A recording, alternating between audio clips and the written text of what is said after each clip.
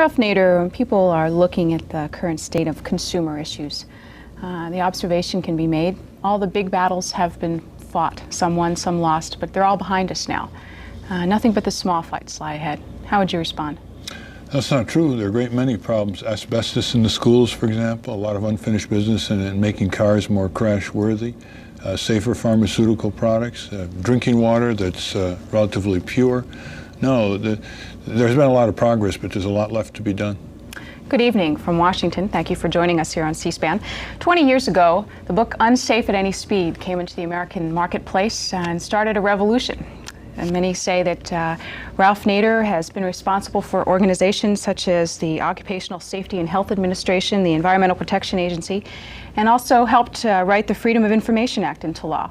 This evening, we thought we'd give you an opportunity to meet Ralph Nader with your questions and comments throughout this hour on his projects past and some of the things he has in store for the years ahead.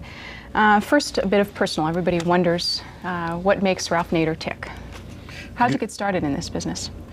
Well, most immediately, I did a long paper on unsafe automobiles and legal liability at law school and had some recommendations. When I got out of law school, nobody was listening to them. Surprise. So I decided to try to put them into effect myself. The organization that's kind of your umbrella group, Public Citizen, how's it funded? By mass mail solicitations to citizens all over the country. And I'd like to take this opportunity to thank them. You know, we often talk about what we do, but what makes it possible are thousands of Americans who contribute to Public Citizen. Consumer advocacy sort of hit its peak in the 70s. Is your organization still doing well? Are people still signing on? Yes, as a matter of fact, other than the consumer programs being put on hold by the Reagan administration, which isn't really enforcing many of these people laws, there's never been a better time for consumer activity all over the country. More groups, they're becoming more proficient. They're entering the computer age. They're putting on programs. They're going into new ways of organizing, student public interest research groups, or the little envelope that now is put into electric, telephone, gas bills in Wisconsin, Illinois, asking people to band together in their own full-time consumer group. It's a good time, and also it's going international because in a lot of third world countries, consumer issues which are very, very serious issues like mass pesticide contamination or hunger, they're beginning to network one another into a world consumer movement. How about your own personal involvement these days? With all these issues available, what sparks your own interest? Well, always the opportunity to contribute a little more justice to the world. I mean, that really is quite an attraction. There's got to be a topic or two that still is a favorite for you. Well, automobiles, of course. I mean, always the first one is the most interesting. And we're right near a breakthrough, finally, after 15 years of giving people the opportunity to buy airbags. And maybe someday airbags is standard equipment. Like brakes stop the car, the airbags stop people from going through the car in a frontal collision. Ford Motor Company has now broken ranks, and the other auto companies like GM, they're going to offer driver's side airbags in Tempos and Topazes next March as options, which is the first step. Mercedes is going to make them standard equipment this fall, just for the driver's seat. And I think after a lot of stops and goes over the last 15 years, and after some 30,000 cars on the highway with airbags showing how good they are in a collision to protect people, we may finally take an American-made invention and get it to protect hundreds of thousands of men, women, and children who would otherwise be going through windshields or into hard steel and plastic. So that's an exciting horizon, no matter how long it takes. Always, perhaps going too broadly with that, often, when you're fighting causes, the thing that you run into is cost. We are in a cost-conscious mode as a society right now, especially when you look at the issue of airbags, frequently cited as the reason that we can't have them in cars. It'll take cars beyond the realm of affordability for some people. Is there ever a compromise ground for you in terms of cost and safety? Certainly, but there's never a better investment than safety because it doesn't cost all that much. Just for example, a standard equipment airbag in the whole front seat in cars, according to the manufacturers of the airbags, would cost just about what a vinyl roof would cost, which is an option now. The air conditioning system would cost almost 3 times what an airbag system would cost. Airbag is relatively easy, simple technology. It costs a lot for people to be quadriplegics, or it costs a lot for loved ones to be lost on the highway, and all the health costs, and all the wage loss, and the productivity loss.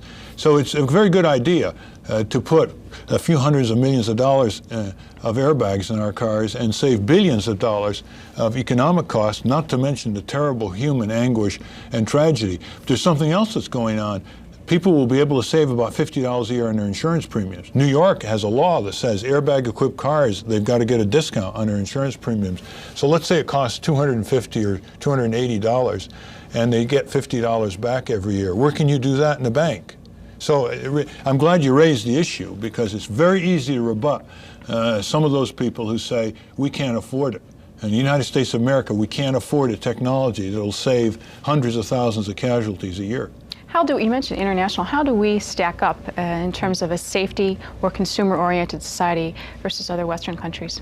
I think we're ahead. We're always ahead in the auto safety standards. They sort of copy ours, except for seatbelts, where Sweden was first. In foods and drugs, I think we're ahead in drug regulation safety. Food additives, it's mixed. Some European countries are ahead of us on some additives, some aren't. Drinking water, they're ahead in terms of activated carbon filtration technology in the major Western European cities. We still don't have a major city in this country. Cincinnati will be the first to install activated carbon to deal with heavy metals and organic chemical contamination of drinking water. So on balance, you can't make a generalization that easily. On healthcare, Western Europe, you don't lose your life savings for an operation. They have universal health insurance. So it is mixed. But in advanced technology, such as motor vehicles and drugs, we have tougher regulation for the most part. We'd like to open up the conversation to you at this point. If you live in the Eastern and Central time zones, the number that you dial to reach Mr. Nader, area code 202-628-2525. Our viewers in the Pacific or Mountain time zone should use this number, 202-783-2727. Have one policy here. If you have phoned any C-SPAN program within the past month, we ask you not to phone in this evening so we can get as many different opinions as possible during the course of this hour. You mentioned early on... You have a lot of regulars, huh? We try not to. You mentioned early on criticism of the Reagan administration. Could you go a little more in detail on that for us, please? Yeah, so Reagan came in saying he was going to deregulate, get government off people's backs. But what he really did was he dropped law and order against corporate crime, abuse, fraud, negligence, pollution to very low levels, and got government off big businesses back, allowing them to get more in our pocket. And that's the tragedy of it all. A man who says he loves America and he loves Americans, yet he goes out of his way to revoke a great life-saving standard that was just about to go into effect for new cars. He goes out of his way to totally ignore and not enforce the Safe Drinking Water Act. He goes out of his way to send bills up to Congress to weaken the Clean Water and Clean Air Act, even though 85% of the American people polled say they wanted tougher health laws, tougher cancer prevention laws. And the worst little example, little by comparison, is that he wouldn't even appropriate less than $10 million to notify 250,000 workers that government surveys of their plants, their factories, showed that they were being continuously exposed to lung cancer and heart disease and lung ailments.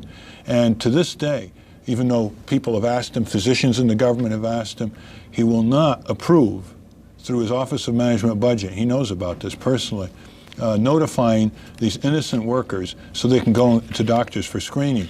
So I think, he's got a nice smile and he has great rhetoric, but when it comes to the performance, I think he's sadly lacking, even by comparison with Richard Nixon. Let's take our first call from you, a local call in the Washington area. Arlington, Virginia. Good evening.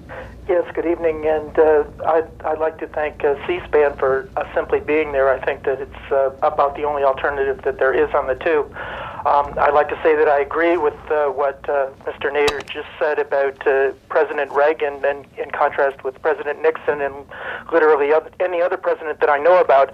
But I have a specific question for Mr. Nader. It has to do with the breakup of AT&T and the fact that what seems to be happening now is that the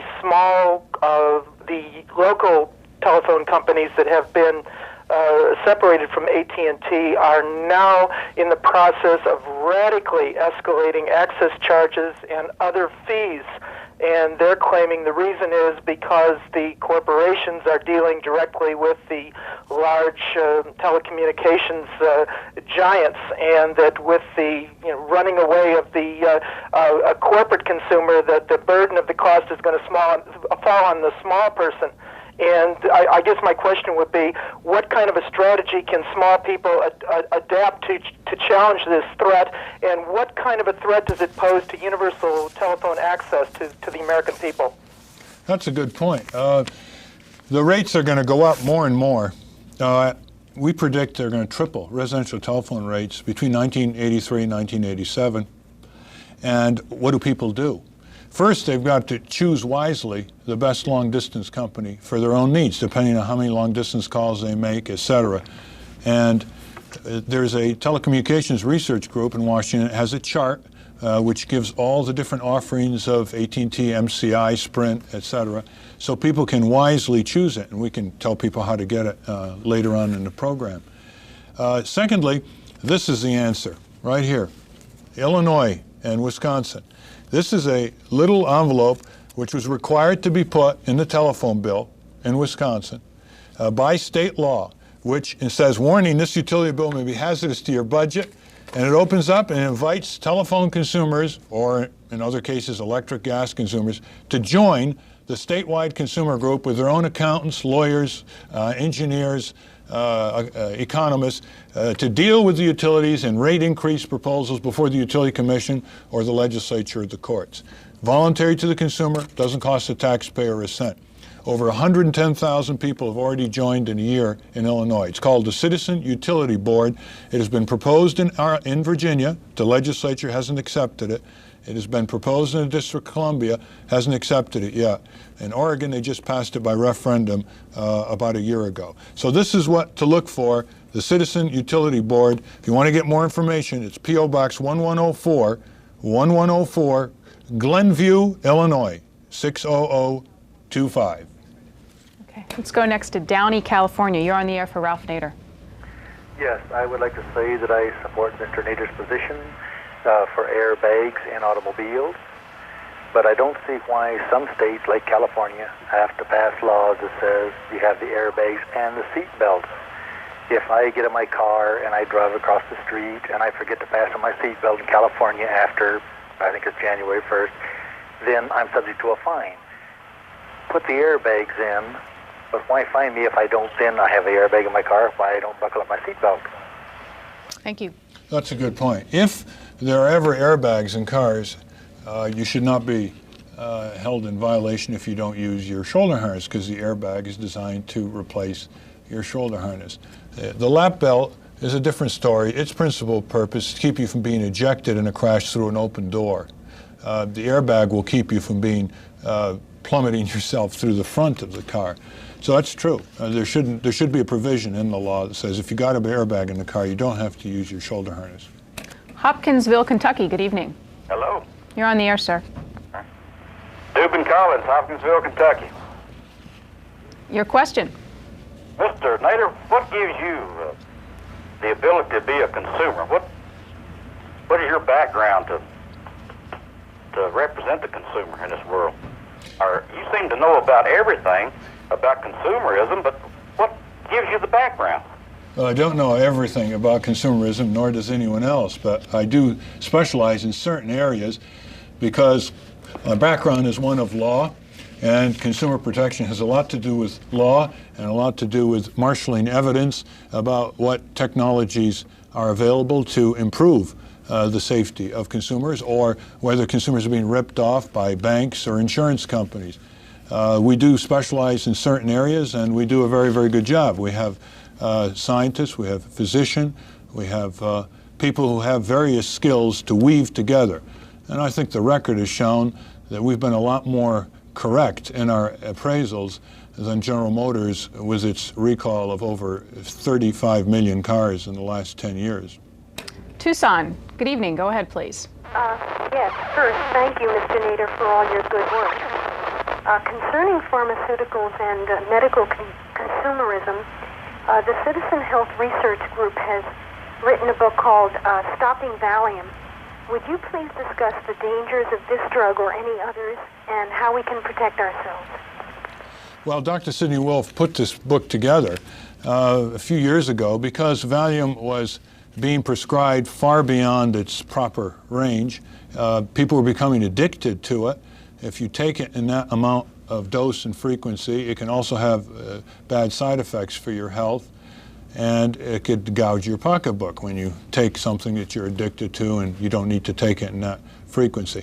He believes that the peak consumption of Valium has been reached. It's now declining, and the book helped it decline and helped educate people not to automatically expect their doctor to give them Valium or give them some prescription for a tranquilizer just because the doctor was there. People shouldn't think that the doctor is not paying attention to them unless he or she prescribes a drug. And so that was the purpose of stopping Valium. Cherry Hill, New Jersey. Go ahead, please. Yes, Mr. Nader, it's a pleasure to speak to you. Thank you. I have one question that really puzzles me. There is a menace in the workplace that causes asthmatics to have asthma attacks, that causes people with contact lenses to have their eyes burn, that causes people who have heart disease to have angina. And it takes only 3 cigarettes smoked by 3 to 4 people within an hour to raise the carbon monoxide level above the legal limits of OSHA. But yet I've never heard one single word from you about this menace in the workplace. Correct me if I'm wrong. I've called the leader of New Jersey Gas, and she says she is also puzzled by your deafening silence. And I was wondering if you could help me on this. You mean about smoking in the workplace? Yes, sir. Oh, well, first of all, we were the first advocates to try to abolish smoking on airlines and intercity buses and trains. We succeeded partially, as you know, on airlines and partially on buses. And now many trains are separated into smoking, non-smoking compartments. So you won't get any argument from me on the proposition that when there's a mix of workers in a room, the non-smokers should have the right not to have to inhale other people's smoke. And smoking should be prohibited in those centers. Now, people are addicted to smoke. They should have a place where they can go and take a smoke break if they have to, but not certainly to impose on non-smokers who are now a clear majority, and I think have a lot of truth on their side too in terms of the right to breathe cleaner air. Although you personally agree, are any of your organizations working on the issue? No, we're not working on it. First of all, OSHA will never do it. We try to get OSHA to do certain things with benzene or with bisonosis disease. This one they would just not do at all under the Reagan administration. But certainly all our premises are smoke-free. Nobody smokes, even if somebody coming in from Federal Express in a hurry to get a package or a U.S. parcel, they don't smoke. Richland, Washington, good evening. Yes, I was wondering, coming from Hanford, what's your thoughts on DOE here locally anyway, and maybe nationwide, has opened up a lot of the plan itself to, like Greenpeace, to make checks, opened up a lot of documents made public, and also, as I understand, about a week ago, the Manhattan Project, a lot of that material will be declassified. Do you think that's a step forward, or what do you think of that? I think so. I mean, Freedom of Information Act goes back into history, try to declassify these files so we know more what's going on. That's how we found out as a people in this country about the exposure of Army personnel in the 50s to atomic bomb blasts where they were exposed to radiation out in Nevada. And that's how we found out many things about radioactive risks dealing with nuclear power as well as the waste from the military program. Hanford, Washington, as some people may not know, is a nuclear hotbed. It's where a lot of research is going on, a lot of radioactive waste is stored on that reservation, and there's a lot of serious question about contamination of the environment and leaking of radioactive waste into the groundwater heading toward the Columbia River. When I was up there on a PBS program debating some pro-nuclear people, it was quite an exciting evening. And one thing I urged them to do is to engage in long-range planning so they can convert their nuclear-based economy into a solar economy. Westchester, New York. Go ahead. Yes, my question for Mr. Nader, and first let me say that it is an honor to speak to you. I've read about you all my life, it seems. It's regarding S412, which is a law which would preclude, release the beer manufacturers and franchise distributors from acting responsibly under the Sherman Antitrust Act, and would make it so that a consumer would buy from a local retailer who would be forced to buy only from a franchise distributor in a very limited area. Thereby, the franchise distributor could charge whatever the traffic would bear. I know that we've opposed that legislation. As you know, that kind of legislation has been bobbing around in the Congress for some time as basically restriction on entry, economic entry and competition. But the special interests behind that legislation are very strong, and the beer drinkers are not organized. Vancouver, Washington. You're on the air. Yes, Mr. Nader. I would like to ask your thoughts on this asbestos thing. I hear a lot of noise about tearing out asbestos insulation from the schools. It seems like it wouldn't do any damage if it were just left lay. We dig it out, and it stirs that into the atmosphere. Seems like the greatest source of asbestos in the atmosphere is automobile brakes, and I hear little about that. Yes, that's because it's considered a necessity, you see, although new braking systems can do without that.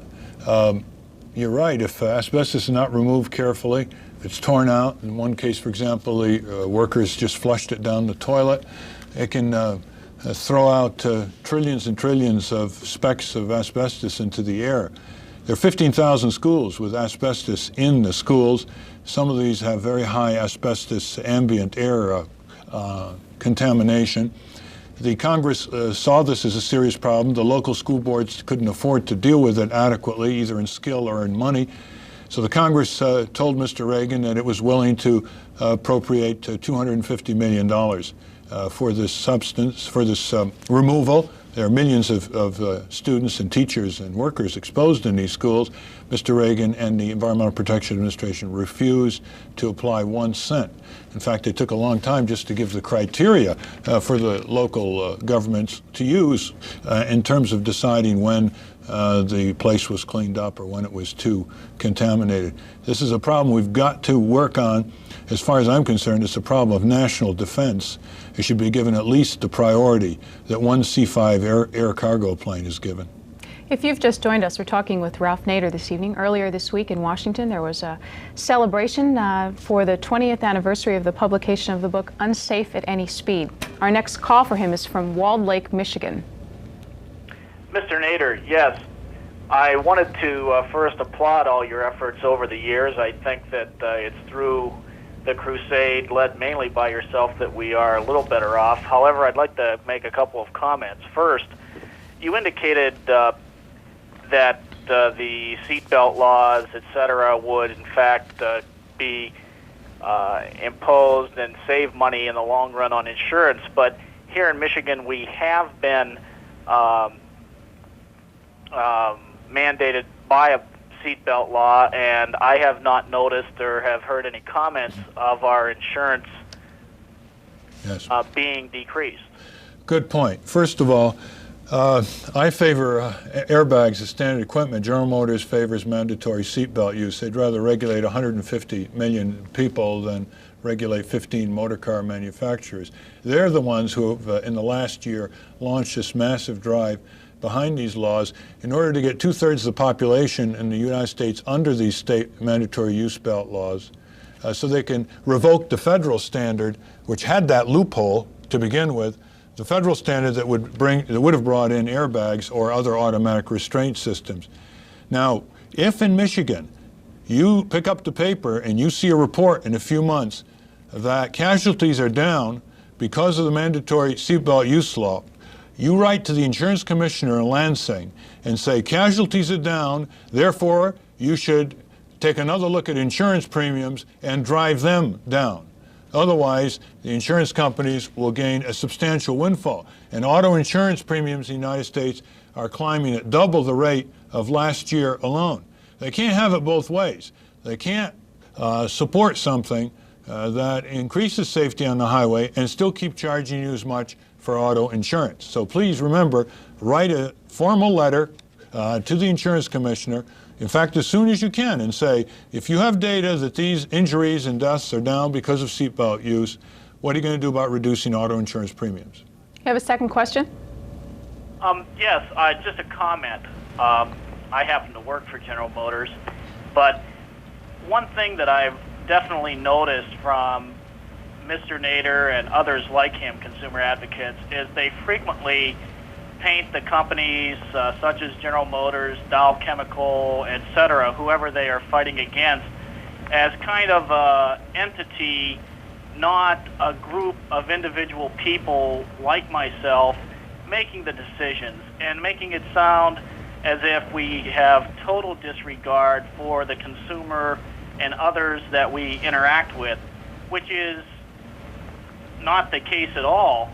And it's just unfortunate that it's painted that way, because there are very, very many good people, devoted people who are out to make a superior product, and it's painted like we don't care about the consumer at all.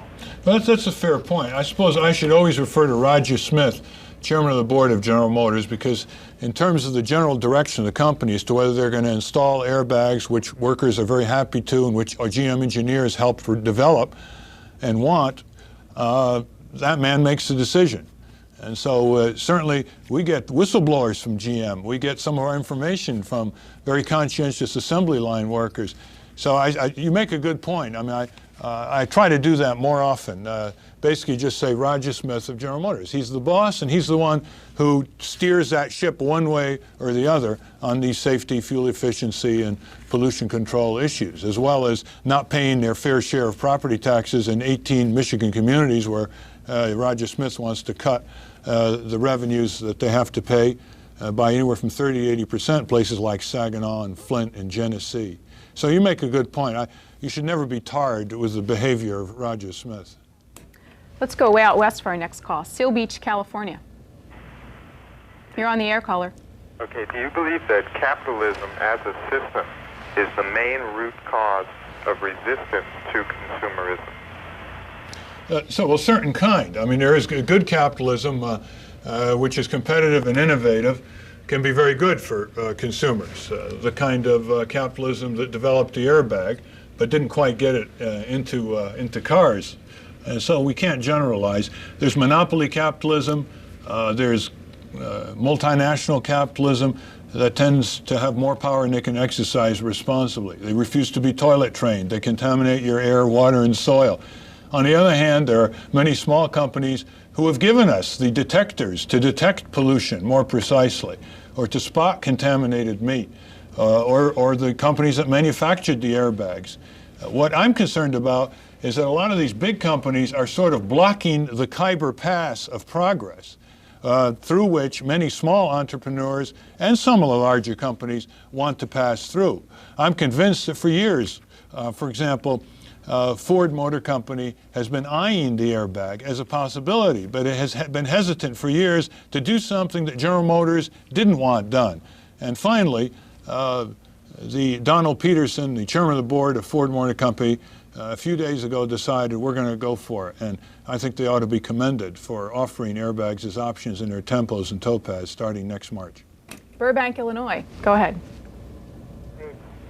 Your program is the most important thing that's ever happened in this country. Mr. Nader, you're right up there, but you don't have as much money as she's got at the moment. I would ask you about ethanol, gasohol, the catalytic converter. Are you doing any work in either area regarding health, relative cost, environmental impact, our dependency on foreign oil, considering Brazil is converting to ethanol Ford, Volvo, VW make cars that run on only ethanol. Why aren't we doing that here? Because the pressure of shortages is not right up on the front burner. Seems like we only change when we're under pressure. Brazil's under tremendous pressure. It doesn't have as much oil as we do. They have a big oil import bill, so what do? They're producing huge amounts of ethanol and gasohol for their cars, and their cars are converted to use that fuel.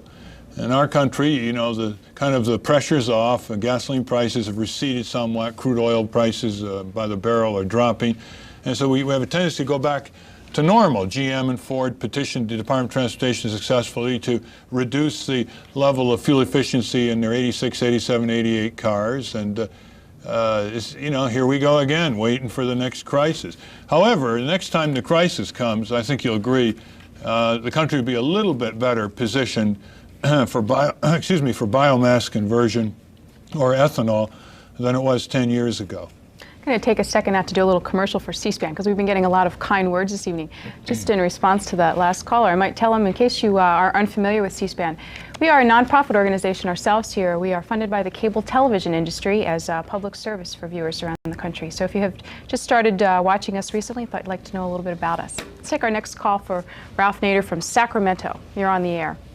Yes, Mr. Nader, here in California, many of the large California banks have been closing down their brick and mortar facilities and replacing those with automatic teller machines. And in certain urban areas where there are many low-income elderly, it presents certain problems. There are many people who are concerned about their physical safety, and there are some certain persons who are uncomfortable with the technology and would much prefer to have the convenience of a human teller. I'd like you to comment on that.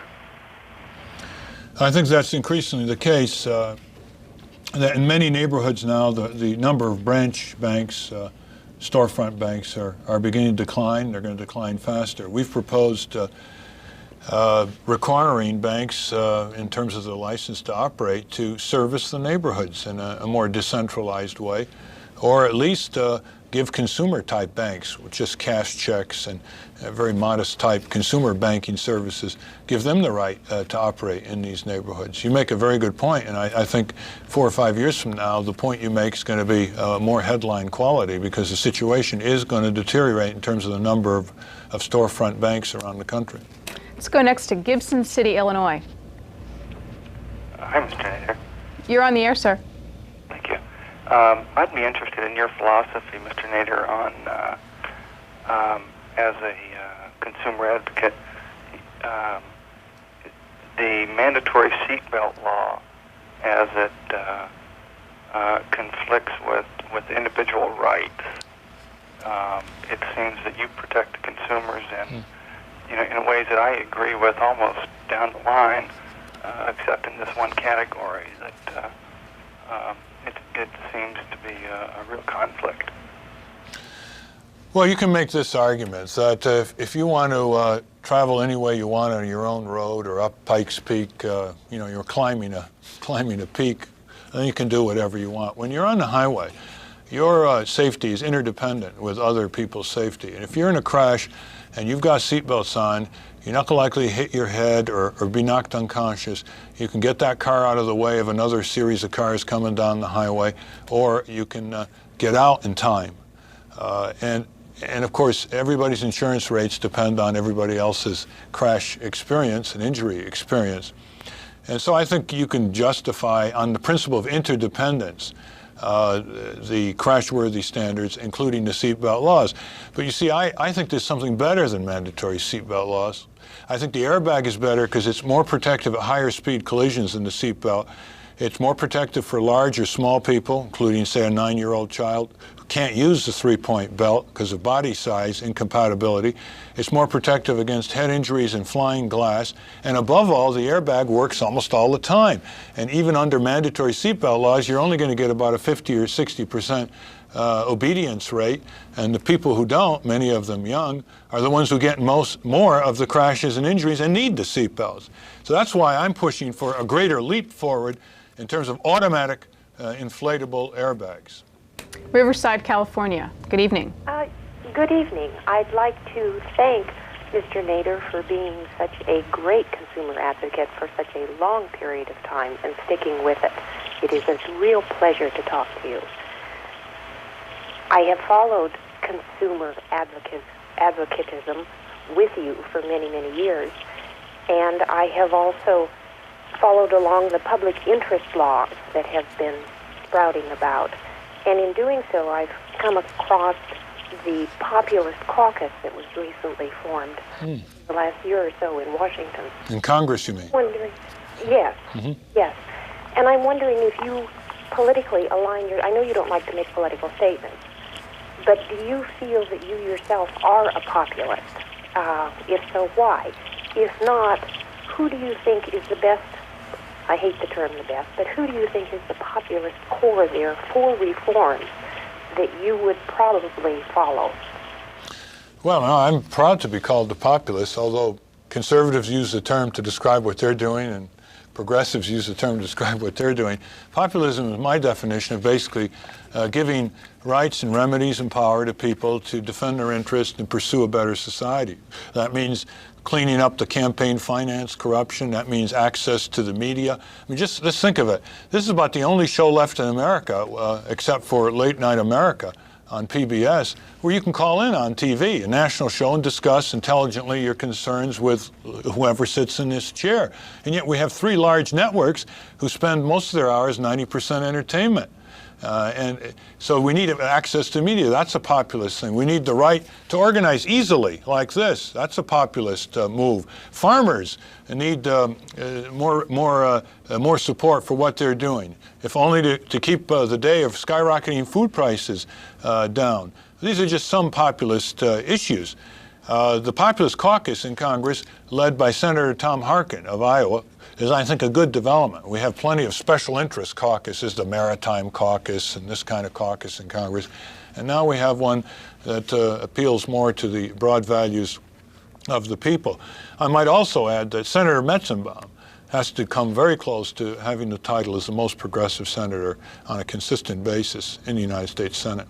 Wichita, Kansas. Go ahead. Yes, I'd like to discuss airbags with you for a minute, Ralph. Sure. I'll tell you, every time I hear the word airbag, I just explode inside. You know, I wear a seatbelt, and they work, and every time you turn around and come up with these gadgets, I sold cars in '74, and I remember we came out with the seatbelt gadget that told everyone to buckle up, and they disconnected that. That was GM's idea. Go ahead. Well, yeah, but you get what I'm saying. Yeah. Now we've got airbags. Do you know what happens to an airbag if you're smoking a cigarette, if that bag goes off? And a lot of people, you would admit people do smoke when they drive. What do you think happens? Well, no, I'm asking you. You're supposed to be the expert here. Yeah. Well, first of all, if you got a cigarette dangling from your mouth while you're driving a car or a truck, anywhere in the car, sir, you're heading for trouble. No. You're heading for trouble. Now, here's what happens. I'm talking about a cigarette that the passenger can be smoking. Yeah, well, if the cigarette is in your hand, right? A bomb, and you know it. No, it's not a bomb at all. Yes, the airbag. It is. No. It fills with sodium, azide gas. It is a Class B explosive. Let me clarify your intelligence for a moment, would you? The azide is encapsulated in a metallic container, and when the airbag goes off, it transforms into simple nitrogen gas, which has no toxicity whatsoever. Simple nitrogen gas. And let me tell you, if it's a choice between going into hard steel or through the windshield, perhaps getting killed or getting singed a little bit by a burning cigarette, I think most people, even those who smoke, would choose the latter instead of the former. See, I want a clean safety protection system where you don't have to always rely on all kinds of people to put these on, and sometimes they don't fit right, the seat belts, although it's all we have now for protection. I want a very effective. I mean, when Mercedes puts it in as standard equipment, they're the finest engineers, among the finest auto engineers in the world. No, they're not. Well, General Motors had it in their cars, their 10,000 cars. They're 10 years old, and they've worked beautifully even as recent as a few weeks ago, when a 28-year-old man riding on a rural road at 2 a.m. in the morning in Georgia missed the corner and went into a dirt embankment. The airbag saved his life. He didn't even know he had an airbag car because he bought a used Oldsmobile which happened to have an airbag. What about the small child that was crushed by one? You don't remember that case, do you? No, there was no small child that was crushed by an airbag. No. Called Road and Track magazine. Yes. June 1978 was the issue. I can just about give you the page number. But it wasn't the airbag. You see, sometimes, no, the very... The lady broke for an accident. When she had the accident, the child had slid off the seat, the bag exploded and killed the child. That's a fact, sir. That's printed.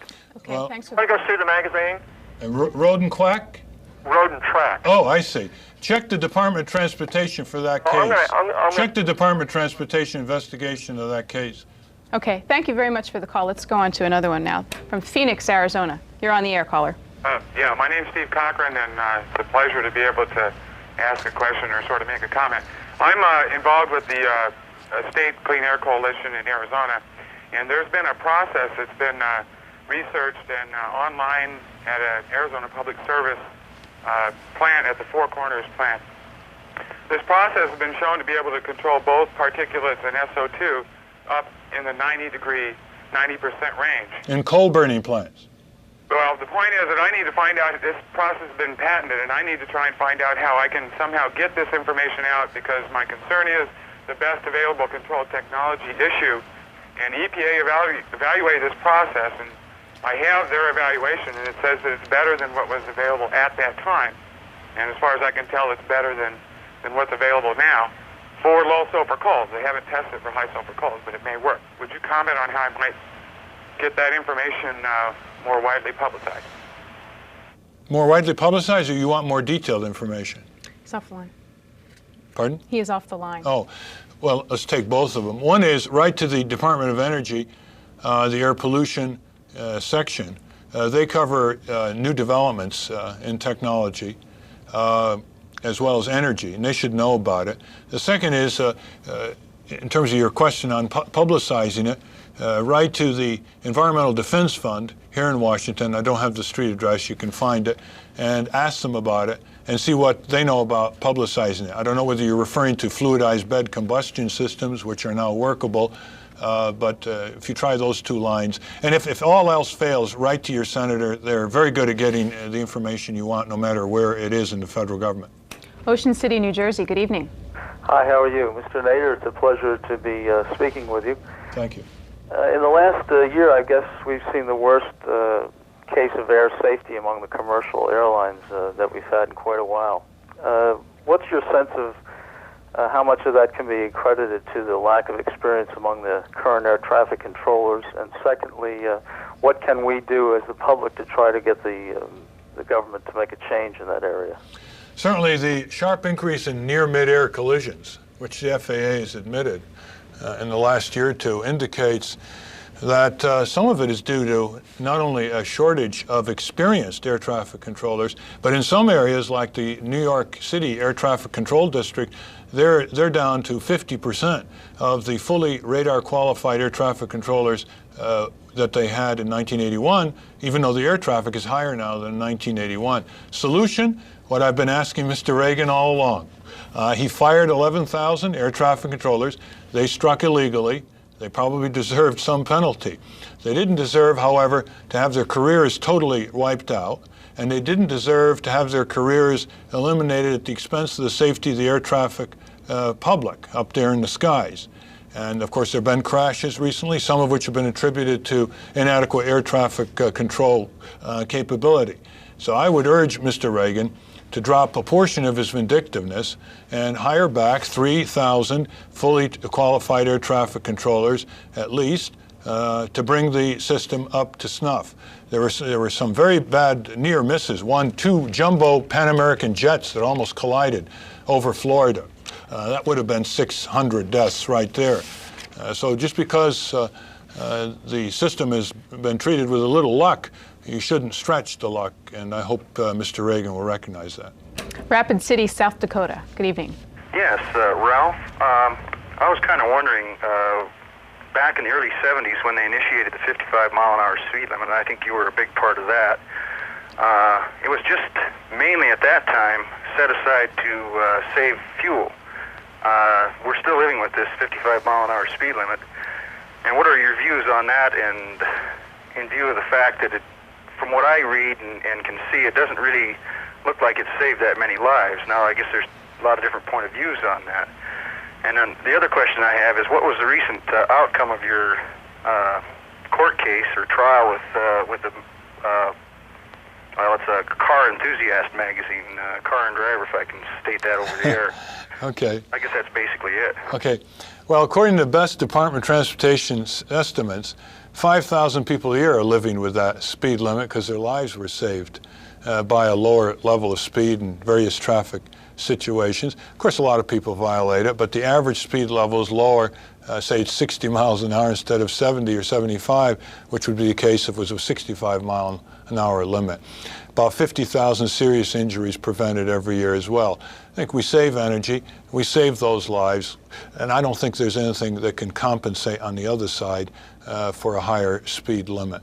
I think, secondly, we settled the case with Car and Driver. Car and Driver forged a letter to the editor of my name dealing with Kmart products, and I thought that wasn't proper journalistic procedure. So we settled the case for $20,000, and after expenses of the lawyer of some $2,300 were deducted, I donated that sum to the Center for Auto Safety, which is a nonprofit group advocating successfully auto safety.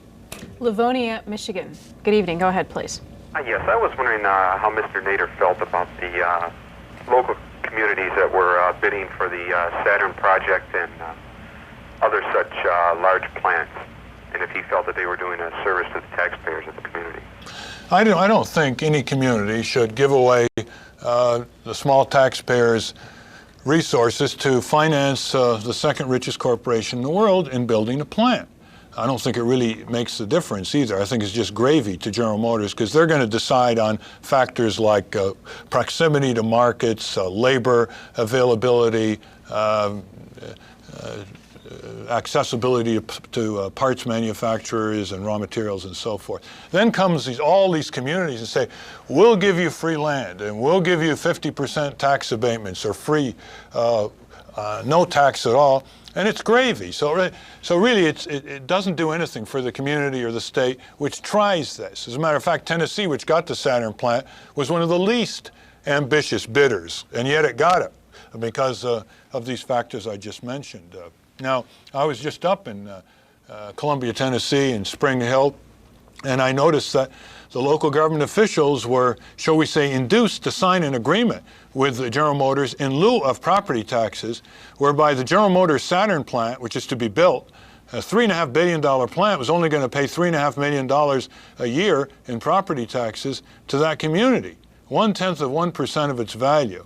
So that's only the beginning of the small taxpayer subsidy in that area of Tennessee for the second biggest, richest corporation in the world.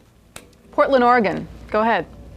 Hello, Ralph. This is Brian Dawn, actually outside of Portland in West Lynn. A couple of years ago, we heard a report of yours, and it's more than a couple, on monosodium glutamate and the effects on children. Do you have any further information, and why did we hear no additional information after that? I think because the hazard dealt with monosodium glutamate in infant formula.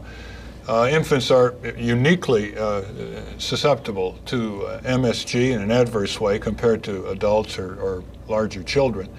And MSG is taken out of infant formula. So sort of the steam came out of it. MSG is not particularly good for you. It's just a flavor enhancer.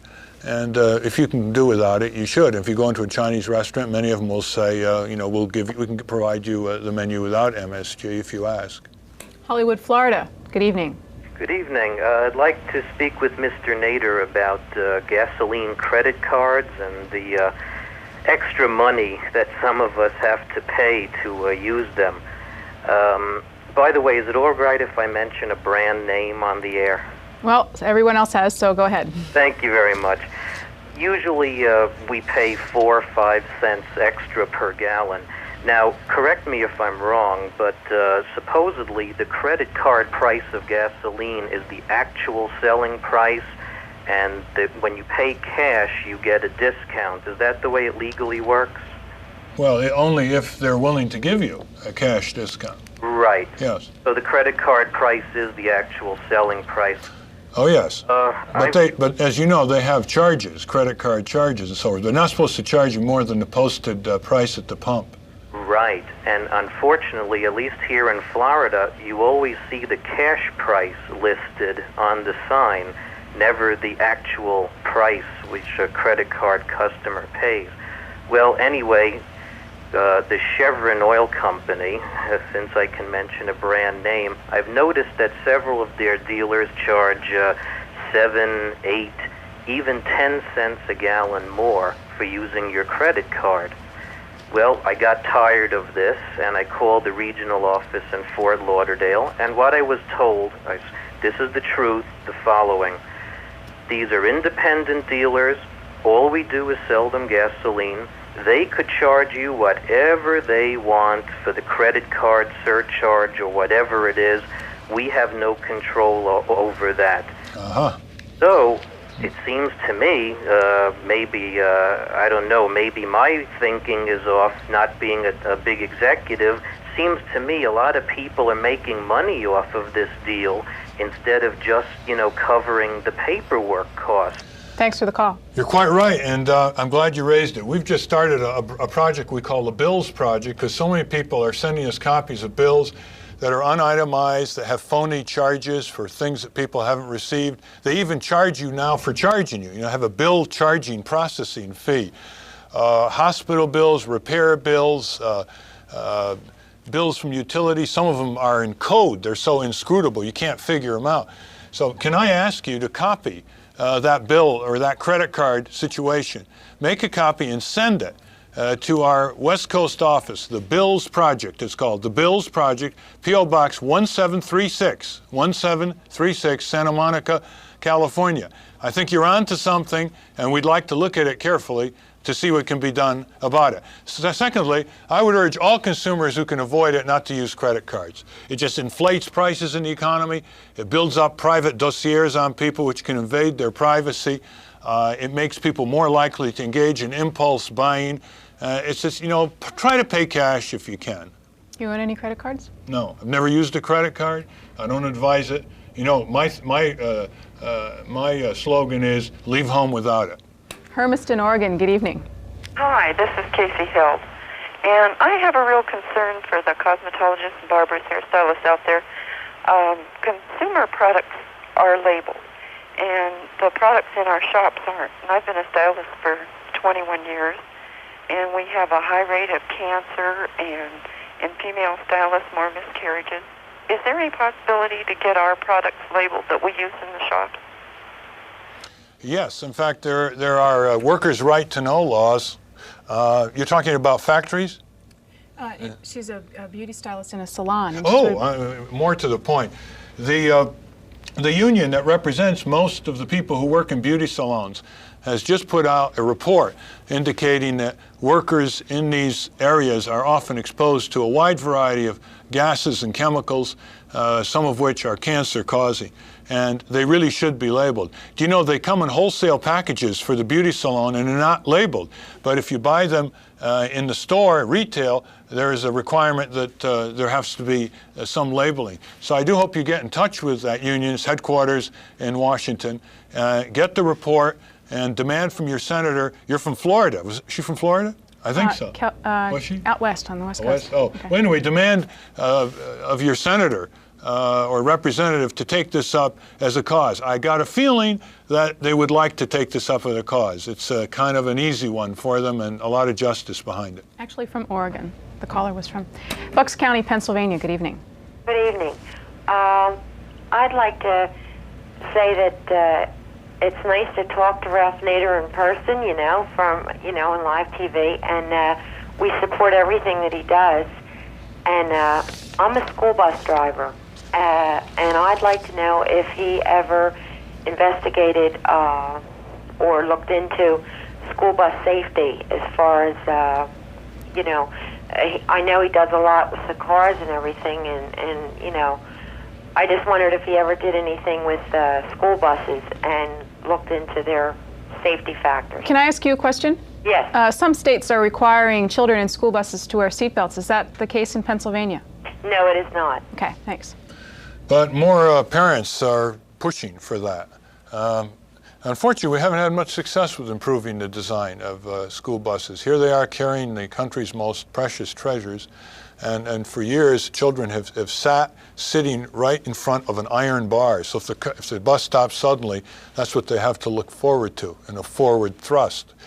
We believe that the seat structure needs to be redesigned in the new school buses so that seat belts can be built in a very retractable way to be used. If children start learning how to use seat belts in school buses, they're going to be much more likely to get the habit and use them in their cars as they grow older. Last call for Ralph Nader is from San Diego. Good evening. Hi, Mr. Nader. I have a question on computers and telephone lines.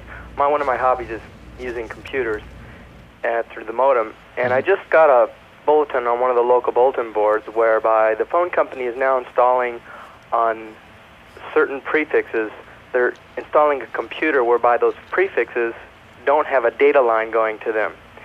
And therefore, if you had that prefix on your phone number, you could not use your modem out of your phone. And the phone company, if you want to use it, they want to charge you $183 to install a data line and $29 a month to keep it up so that you can use your computer. This seems to be something brand new, and it's like a new way for the phone company to stick it to you, because if you don't have that data line, you can't use your computer. Do you know anything about this? This is new. You're way ahead of me on this, but you reminded me that I wanted to give people the address on how to get the chart, which would give them information on how to make the best choice when they select their long-distance telephone company, which millions of people are having to do now in this country.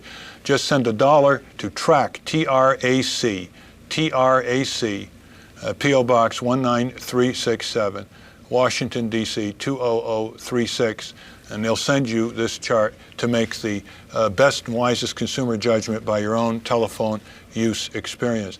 The point you asked for, you might want to write it down in a little letter and send it to that same address, and we'll try and see the best way to get an answer to you.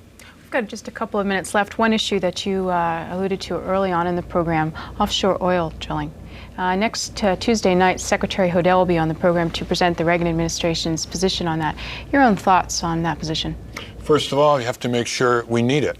That is, there's now a lot of energy surplus in the world and in the country, and this is our last source of energy. I'd rather hold it in reserve for a longer period of time. And second, what about the fisheries and how this might affect it, especially around New England?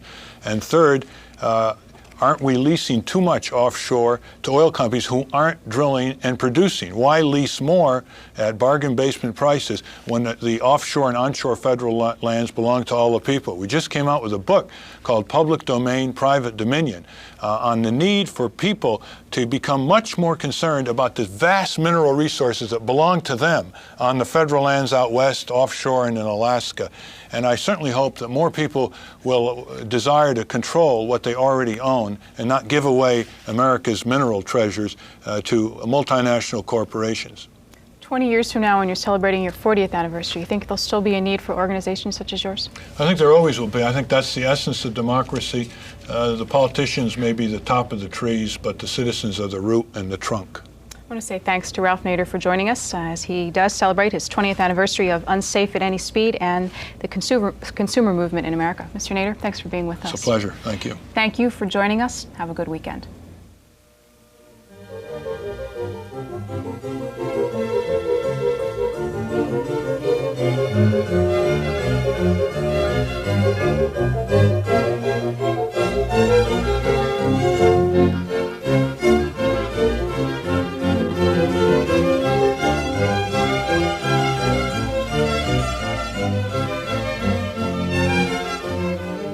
For more information about this program, please feel free to write us at C-SPAN, 400 North Capitol Street, Northwest, Suite 155, Washington, D.C.